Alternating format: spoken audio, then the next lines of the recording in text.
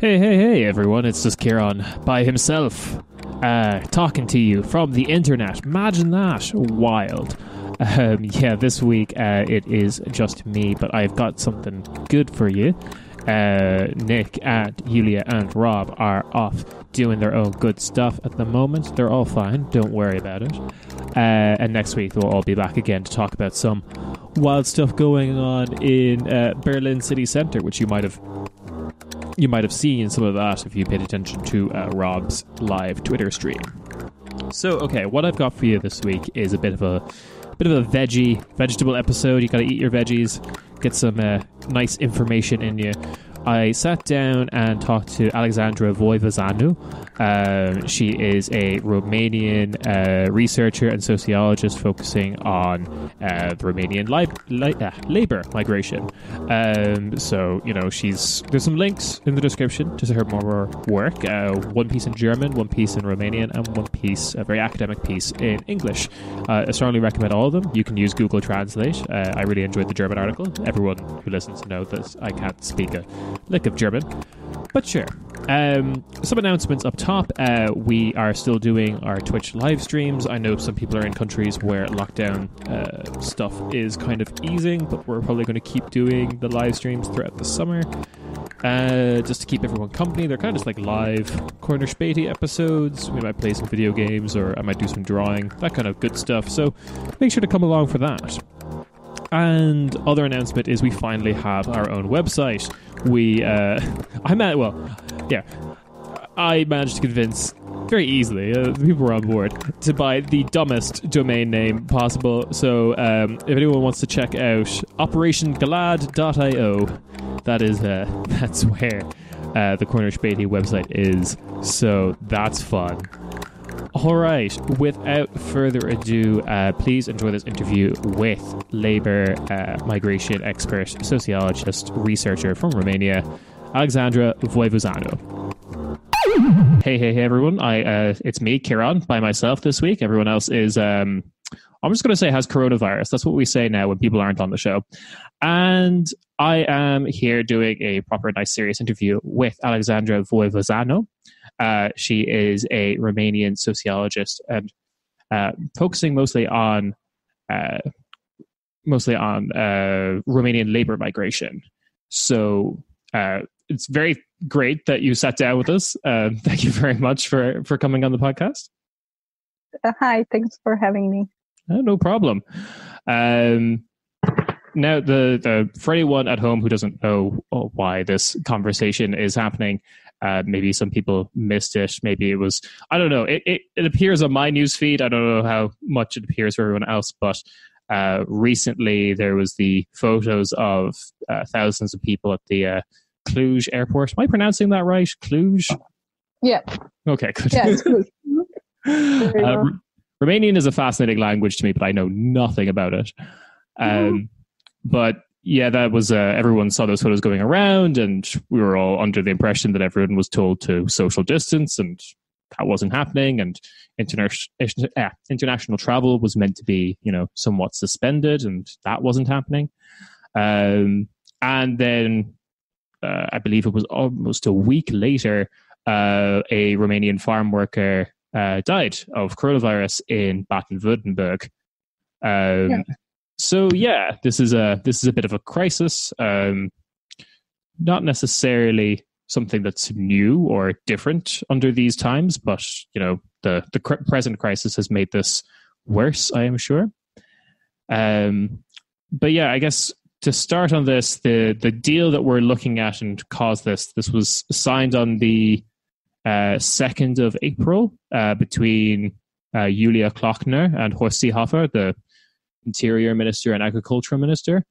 And this was also agreed with the Romanian Prime Minister Ludovic Orban to allow charter flights. So just kind of on that, what is the kind of the system behind Romanian immigrant labor for Germany and agricultural businesses? Okay. So after 89, Romania and Germany signed bilateral agreements, which actually allowed Romanians to work on a temporary basis in Germany. So we had an agreement in 1992, which set an annual quota of 500 guest workers who could work in Germany for up to 18 months. There was another bilateral agreement, which is more interesting for our conversation. It covered seasonal workers employed for a three months period in any branch of the economy, and other categories of workers who were in Germany for longer periods of time. Right. So, for example, in 2002, under this agreement, 20,000 workers were recruited from Romania, and most of them were actually working in agriculture. Right. So in my research, I encountered people who actually went abroad to work in agriculture through these types of bilateral agreements, starting with the 2000s.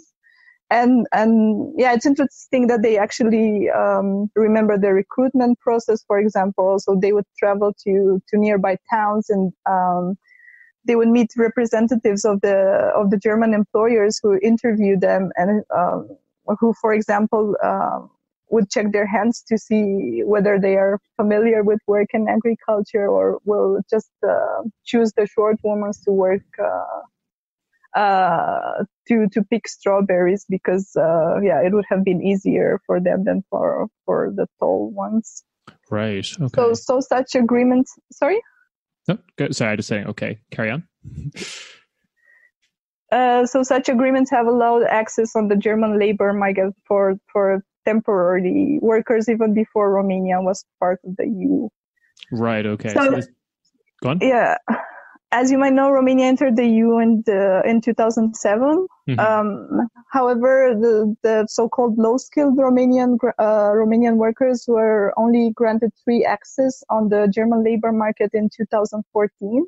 Yes, yeah. So they could enter Germany with work permits. The people working in the people who were in regular employment could enter Germany with work permits.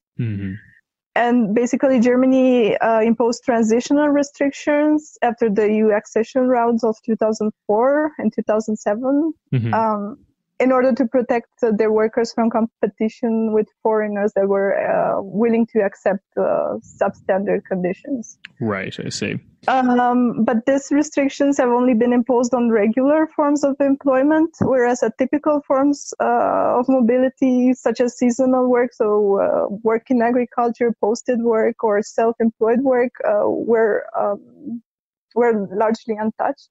Okay. So through these arrangements, through these forms of employment, German companies found ways to employ cheap labor in Germany, even during the restrictions. Yeah, it's a very weird kind of setup, because it sounds like the exemptions to that restriction, the 2007, 2002, 2014 restriction, it kind of sounds like all the exceptions would include a lot of labor markets that are susceptible to being undercut. Exactly, the construction work, meat industry, agriculture. So yeah, with time, these forms of employment have become a permanent feature of the labor market, and were actually preferred by German companies, because it gave them the opportunity to find cheap workers and workers that will accept substandard conditions. Yeah, I remember. I personally remember the panic from back in those years. It was a little different in Ireland and the UK. Even between Ireland and the UK, Ireland didn't impose the restrictions, as far as I know, but the UK did. And when 2014 rolled around, like a bunch of on New Year's 2014, a bunch of camera men went to the airports waiting for these Romanian flights to come in, and they interviewed everyone coming off the plane. And it turns out all of them were Romanians who had already been living there legally. They were just coming back from spending Christmas in Romania. The panic around all this was very weird for anyone who doesn't remember it or wasn't living in Europe at the time. Mm-hmm. So you mentioned that there's you mentioned that there's other companies other than agriculture that are taking advantage of this agreement. What other industries, or is it, and what's the kind of like balance of those industries? Like, is it mostly agriculture, or are the other industries there as well? So it's agriculture, it's construction work. It's the meat industry in Germany used to hire a high number of posted workers. For example, now the regulations have changed. Mm-hmm. And actually the companies, so many of the large meat producers ask their subcontractors to register in Germany. Okay. But actually there are the same Romanian subcontractors who hire workers from Romania. It's just that they have an office in Germany. So probably they resort to the same practices as before. Right. And is there any kind of, just kind of a easy question, but like, is there any kind of like big named companies that are like at the face of this, or is this something that's being kind of taken advantage by a lot of different companies? It was Tony's Bion, Danish Crown. I think that were the big meat, the large meat producers who were employing posted workers in large numbers. I don't know what's the situation right now. Right. But yeah, probably they already asked their subcontractors to register in Germany. Mm-hmm. Because they had like some kind of an agreement. Maybe this is too much details. No, it's all right. So yes, I guess this kind of feeds into I think something you've probably touched on a little bit already.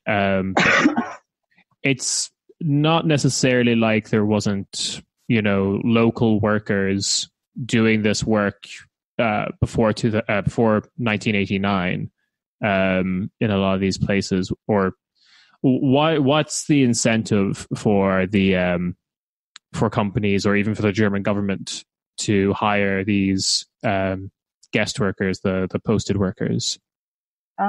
So first of all, migrant workers are cheaper. So the minimum wage in Romania is still a bit under 300 euro after taxes. So if for 2 months you are being paid with 70 euro per day for picking strawberries in Germany, the differential is still huge. Mm-hmm. So also they come from a different labor system. They don't speak the language, so very often they are not familiar with the institutional context and the regulations in Germany, which makes them more docile and easier to control. Mm-hmm. And also, if they are involved in one of these typical forms of employment, with their employer arranging their accommodation and transport, then they are a lot easier to control. And on the other hand, the jobs in this industry are quite flexible, low paid. And they have poor working conditions, so they are not appealing for local workers. So basically, businesses want to reduce their costs, their production costs. Okay. I've also read that. The kind of like, as you alluded to, the precarity of the situation, there was this up until 2018, they weren't, some of these workers weren't even classed as workers, but people providing services, quote unquote. That seems like sorry, go on. Yeah, continue. I will explain after. So it just seemed like that was kind of a very legal loophole to exclude these people from any kind of local labor regulation, or even I'm not even sure if Romanian labor regulation would apply in this situation, but it seemed like a way to exclude it. It seems very similar to kind of like the Uber, Deliveroo kind of way of calling everyone a freelancer. Okay. Yeah, so actually workers can move through the EU under different regulations, and depending on the framework under which they move, they have a different access to the labor rights in the country of destination. So Right. we have the free movement of labor. So a migrant will take a job in another EU country and will actually be entitled to the same rights as any local workers. So, yeah, for example, you have a construction worker from Romania who takes a job in Germany and has the same working condition and the same level of pay as his his German coworkers or other local workers. Mm-hmm.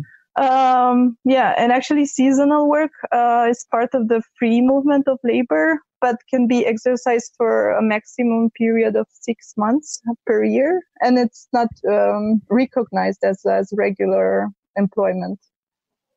Okay. So as you probably know, in Germany, seasonal contracts are issued for periods of less than 70 days and are exempt from social security contributions. And then sorry. Then there's the freedom of service. Mm-hmm.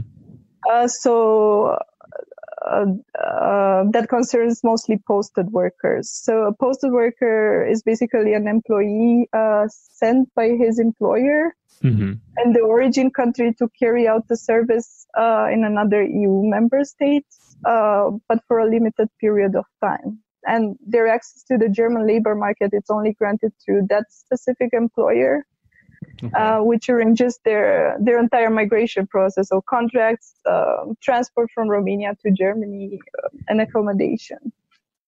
Okay. And of course, this creates a certain dependency and makes workers more vulnerable than regular migrants. And at the same time, because their employer is based in their country of origin, they are tied to the social security system in that country. So, for example, in Romania.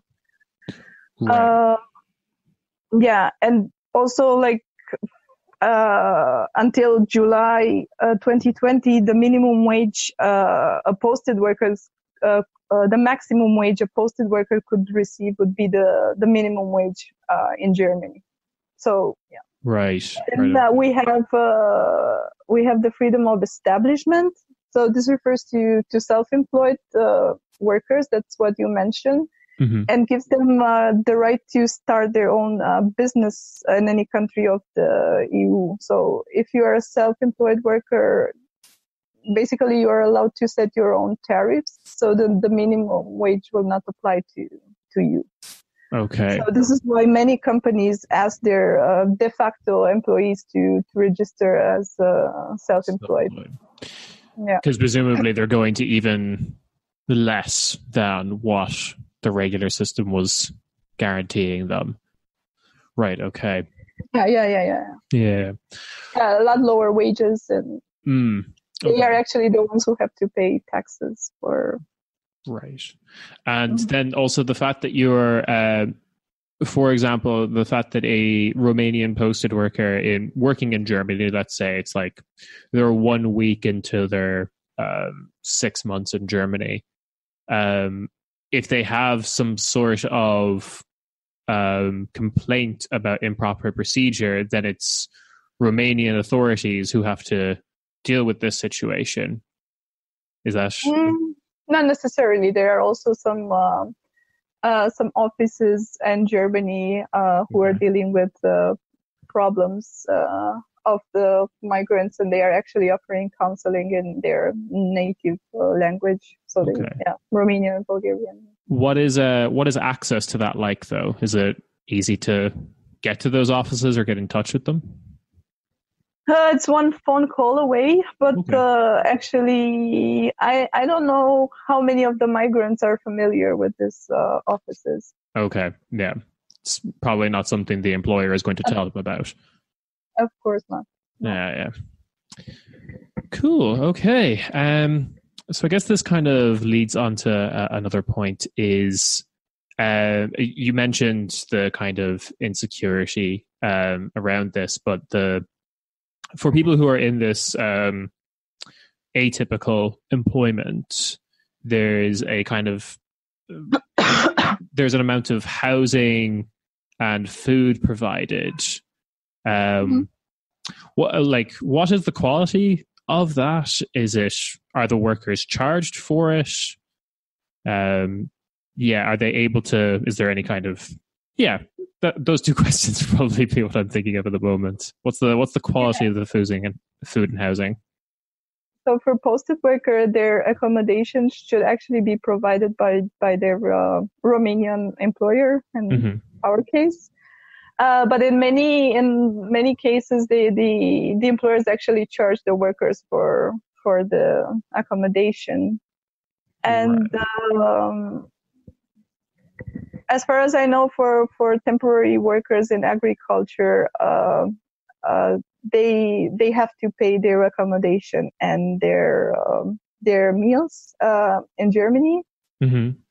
But it happens often that workers end up working for companies that I don't know, for example, pay them below the minimum wage because they have the specific fees for food or accommodation, and in some cases they even charge them too much, so more than they are supposed to, or they ask them to pay for their tools or for equipment. So there's the story of this woman who told me that they even have to pay like €3 for the rubber band they use to tie the onion, which is insane. Oh, okay. They live in share rooms next to the field, the workers in agriculture, so they are all the time under the eyes of their employers, and they are unable to separate their private life from their work life.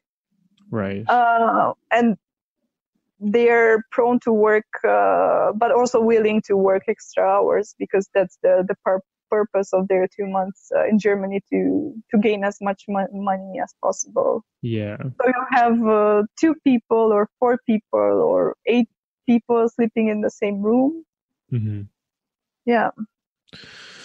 Right. And so the way, also, because I guess you alluded to this as well, but the way that these workers are charged for their food, equipment, and housing, that's coming out of the wages they receive, or is it paid for in advance, or how does that?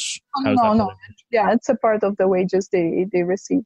Right. So that, as you said, results in effectively having less than minimum wage at the end of it, even if they were guaranteed minimum wage. Now that you mentioned, I think now that you asked, I think many of them mentioned that they only receive their wages at the end of their period abroad. So yeah, that's right. And do these employers have to provide any kind of proof of how much the stuff costed, if whether voluntarily or if asked? I don't know, honestly. Okay. Yeah. That's no problem. Right. So I kind of have to ask this question because I think you might have alluded to it, but are they able to leave the housing freely? Is it you can, but they often don't? What as you said, they're kind of like constantly being watched and they are working extra hours, but do they actually have the freedom to walk to? Usually, yes, they do. Okay. Right. Are there, so I guess this is kind of like zooming out a bit from Germany and Romania, but maybe still Romania. But are there other countries involved in this system? I'm assuming Germany is not the only one taking advantage of Romanian labor in this situation. Yeah, of course there are. So, the village I'm doing my research in is a bit atypical because the people there have a very wide range of destinations. So there you have like in almost each home you have someone who is working abroad. So they go to Germany, they go to Italy, they go to Spain, they go to England to work in greenhouses. They go to Austria. Right, and I think like recently I just heard it in the news that Romania signed an agreement with Austria. So the Romanian workers would actually be they'll have a special train to take them to Austria for work. I don't know in which sectors, but yeah. Right. The right, and were all of these the same kind of situation, bilateral agreements signed 1989? Yeah, or in the 2000s, for example, there were other bilateral agreements with Spain.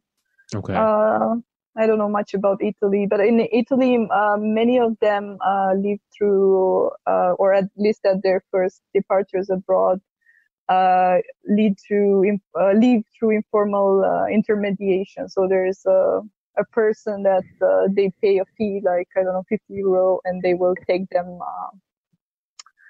in a small farm to work for an Italian family, for example. Okay. And maybe a little bit off track, but can I ask about the town you're currently researching? This is a Romanian town where you're saying that a lot of people are. It's a village. It's a village northwest, but I will not mention its name. That's fair. But just to give people an idea of the kind of village you're in, and just like what's the population size like? What's the industry other than kind of like posted workers and remittances? It's like 5,000 inhabitants. Most of the people who are still there work in the lodging industry. Some of them commute to the nearby town to work for big companies. I don't know if you know. Are you familiar with Leoni? I am. Yeah. And some of the women, but like very small number of the women in the village work in the textile industry. Okay. Yeah. Right. Okay. I just to help people have an understanding of the kind of places that are affected by this is always a good idea. Similarly, though, going back to other countries and their relationship, there's similar kind of arrangements with Germany and other countries with workers from Bulgaria and Poland. Is there any kind of stark differences between these agreements, or are the agreements more or less the same as what you described with Romania? So now the workers, I mean, they can move through the freedom of movement, so there are no agreements or bilateral agreements involved. Yeah, but what I can say is that Romanian workers usually accept to be paid less than Polish workers, for example, in the agricultural sector, and probably that's why they make like 2/3 of the people working in agriculture in Germany, of the seasonal workers. Right. Okay. Interesting. So I guess the big backdrop of all of this is something I guess we've talked about on the podcast before, which is Spargelzeit, asparagus season, and this is kind of why this is. Well, this isn't why this is happening, but it's why it's happening now and why it happens this time of year. In some of the interviews you've conducted while talking about like the harvesting of asparagus, it sounds like particularly grueling work, both physically and from the surveillance involved. Can you talk a little bit about that? Yeah, so there's the story of a man who is still working, I guess, with his wife in Germany. Mm-hmm. So he was already for 7 years with the same employer, and he was explaining how things are organized on the field. And what he mentioned is that the machines who remove the plastic foil of the planting bed are traced by GPS. So they also have a phone attached, which has a camera. So basically the employer can actually watch them while they are working, like continuously. And if they stop working for more than a few minutes, their coordinator on the field will basically come and ask them to continue to work. Jesus. I mean... Yeah, but what's interesting is that they were not complaining about this. They didn't see it as a negative aspect. I think they actually mentioned that, well, it's nice that we have this modern tools. Interesting. Yeah. But I'm just thinking about the cost of setting up a system like that. Can you not just... Oh, I don't know. Right, that seems a little... Because I feel like we get a lot of information about these kind of panopticon working surveillance systems with, I don't know, I was recently reading about how there's heat maps in Whole Food stores in the US to make sure, to try and detect when people are attempting to unionize. I feel like there's these kind of industries like that we hear about, but I guess everyone kind of has this image in their heads of farm labor as being kind of low tech, and maybe there's the Eastern European babushka kind of having a fun time in a field, and we don't really think about the idea of mobile phone surveillance kind of. And Germany is very industrialized, and many of the migrants I interview actually work in big farms. Right. Okay.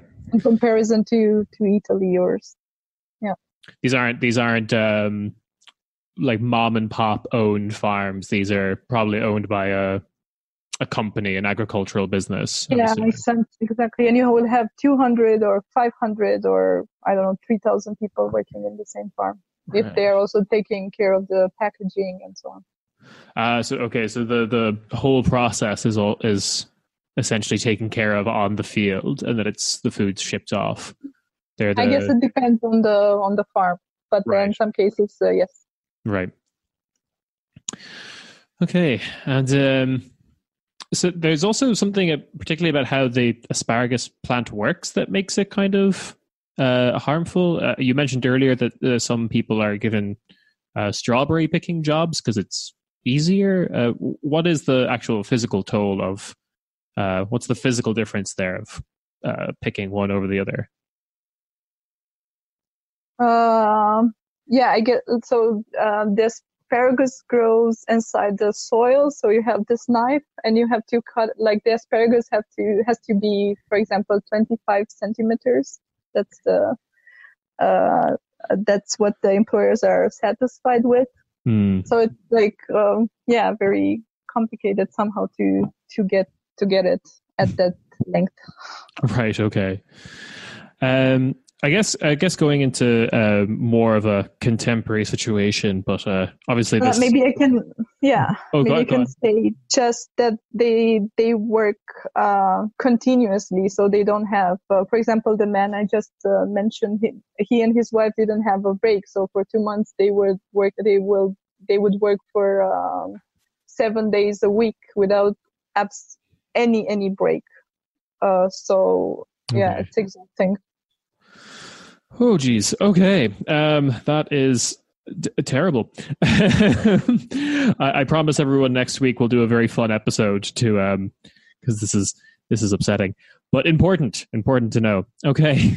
Going to a more contemporary situation. The reason why everything around the Cluj airport got a lot of attention is because of this coronavirus, the COVID-19 pandemic. For these workers who are now in Germany coming from Romania, is there any kind of coronavirus precautions being implemented? Upon arrival in Germany, they undergo a medical checkup, which basically involves measuring their temperature and asking them to write a statement confirming that they are not infected, or saying that they are not infected with COVID-19. Okay. And then they would be in a quasi-quarantine. That's how the Minister of Agriculture called it. Okay. So basically, they are supposed to work in small groups and without coming into contact with local workers or other workers, migrant workers who were there before. And they should keep a recommended distance while on the field. And also just half of the usual number of workers should sleep in the same room. So, for example, you would have 3 instead of 6. So still a lot of people in the same room. Right, and also they are not they will not be allowed to leave the farms where they work for 2 weeks. So they are practically in this instance they are isolated at work, but they're far from the population of their destination country. So right, I'm seeing in Germany are protected. Right, I'm seeing some problems with this. With some of these precautions. So I'm assuming after flying all the way from Romania to Germany for work that they probably very desperately need, that they're probably going to declare that they don't have coronavirus regardless. Yeah, of course. And I'm assuming there is no, like, even if they're in a room with 3 people, these aren't like 3 people that were in the same household before they flew over. They're from different parts of Romania, different villages and towns, and they're.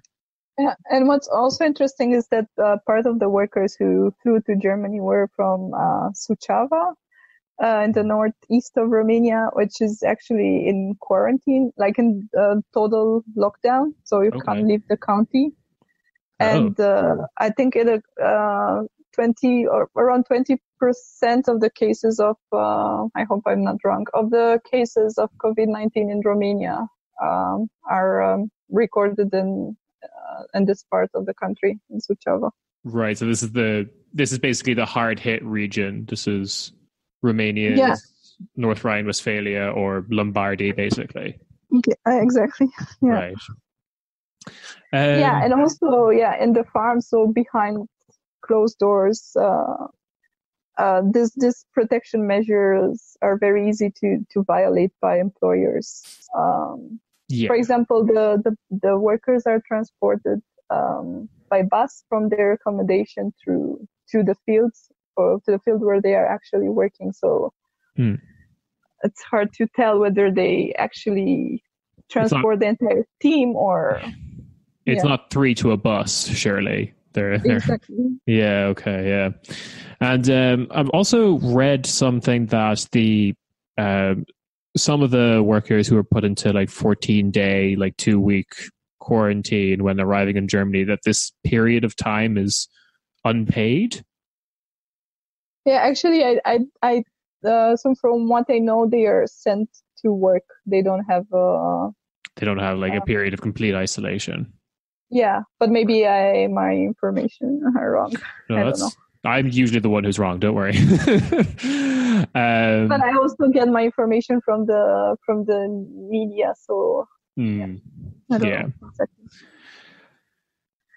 So maybe what is also interesting in this case is that they entered Germany with a fixed term contract with an exclusive employer.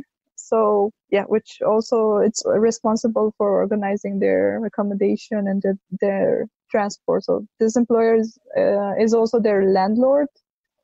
And it's also, what is more important, it's also responsible for their travel back home, because they are only allowed to, theoretically, they are only allowed to leave Germany by plane. So if they are not satisfied with the conditions, it's very hard to switch the farm or to leave earlier to Romania, because actually their employer will is responsible for organizing their return journey.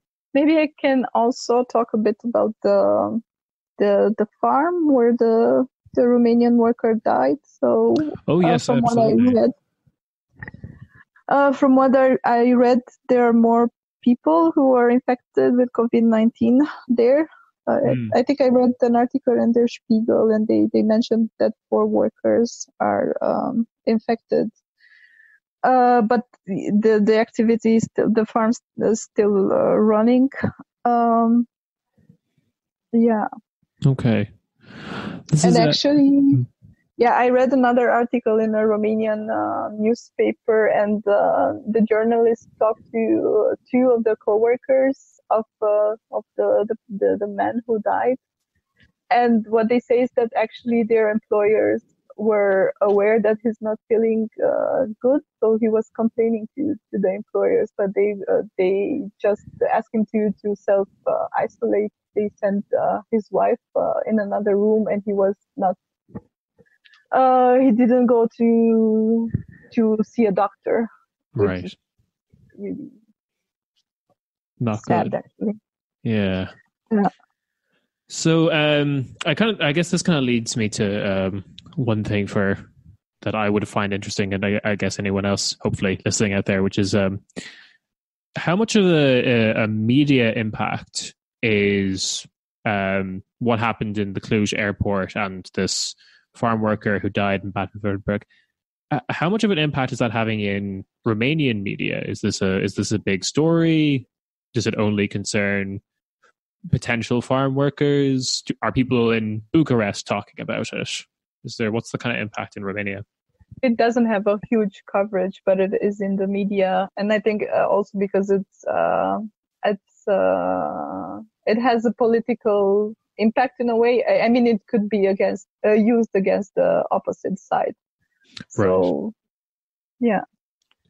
And in general, the whole system of these migrant workers, is this in Germany? The impression I get, now I'm not native to Germany, but the impression I get is that this kind of system or this kind of whole arrangement is not really widely talked about. It's just one of those things that happens, but people very few people are probably aware of it. Is that also the same in Romania, or are people, again, the general public, aware that these kind of arrangements with other EU countries exist?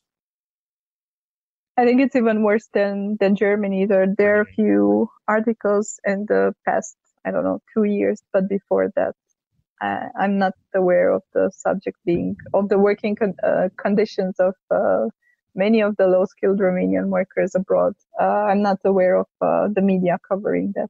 Okay, interesting.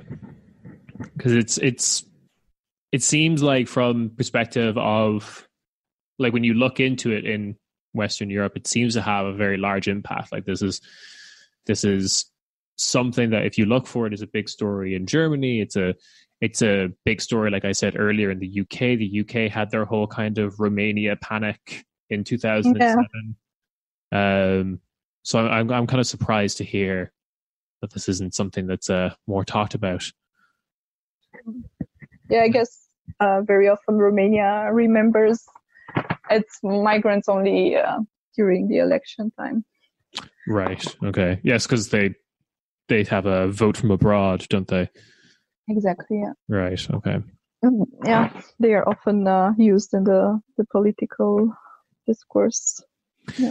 Do they have a political tendency? I know there's often stereotypes about overseas voting and how they vote. Is there any kind of received wisdom about that within Romania, or is it anyone's game? I think they tend to vote to a certain party, or yeah. Okay. So, for example, in the presidential elections, they vote with the candidate from the opposition of the party in power in the parliament. Was it the Liberal candidate? I've forgotten his name. Yeah. He's got a German last name? Johannes. Yeah, Johannes. Johannes, that's it, yes. maybe we. I don't want to advertise him, so maybe. Oh, okay, yeah. Unnamed Romanian president. Exactly. You can't possibly figure out who it is. Anyone at home with an internet connection. Just cut the entire part. I don't like the guy. This is a blank Facebook avatar. Yeah. So I guess this is probably a bit more of an open-ended question, but what does the future for migrant labor within the EU look like? Are there any groups, legislation gaining steam that might change these arrangements in the near future? I know. For now, we don't really know, so it's kind of difficult to think of the near future of for example, low-skilled labor migration. So yeah, as I already mentioned, even before the EU, countries like Romania have been both a source of brain drain, but also a source of cheap labor for wealthy countries such as Germany or high-income countries.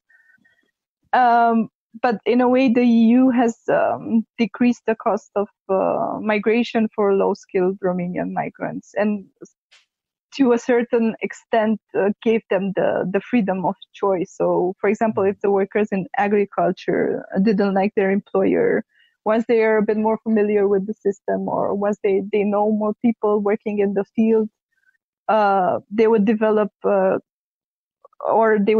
connections in the country of destination. They will actually be able to find a better employer, or in the worst case, they could just fly back or take a bus back home.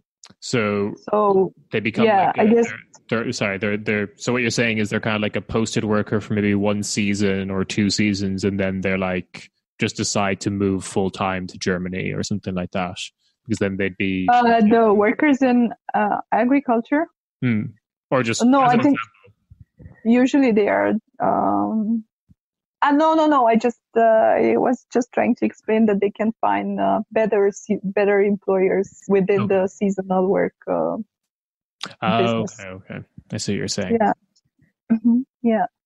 But yeah, if migration is organized in similar terms to the current agreement in Germany, I think workers will be even more vulnerable than before, because being tied to a single employer actually increase their vulnerability. They will fear getting into conflict with their employers, because this will mean that they might lose both their jobs and their accommodation abroad. Right. Okay. Well, is there anything, before we wrap this up, is there anything that you would like to share with our listeners, or think that people should look up, or anything like that? So maybe I can talk a bit about the seasonal migrants working in agriculture from Romania. So for many of them, seasonal work abroad is the only, as I already mentioned, is the only source of income. So they will survive throughout the year with the money they earned in a few months abroad. Some of the people I interview actually have some sort of a career out of seasonal work abroad, while others engage in seasonal migration only occasionally. Some of them who would actually prefer to work abroad for longer periods. They work in agriculture in different countries within different seasons. So, for example, they would harvest asparagus in Germany, and they would pick apples in Italy, for example. While others are actually happy for being able to work only for a short period of time abroad. So, for example, the women who have children that still go to school. Yeah. Okay. Right. Well, that's great. Well, thank you very much for coming on. Do you have any last things you want to share with the lovely people at home? Not really. Okay, that's no problem. Thanks for again. listening. Yeah. Yes, of course. I hope they listened, right? Um, Thank you very much for coming on. It was very informative, and it's definitely something that we are not hearing enough of anywhere, basically, or from what I can tell. So, thank you again for coming on and explaining this whole situation to us, because it's important to know about it. yeah, and thank you for giving me the opportunity to talk about it. Anytime.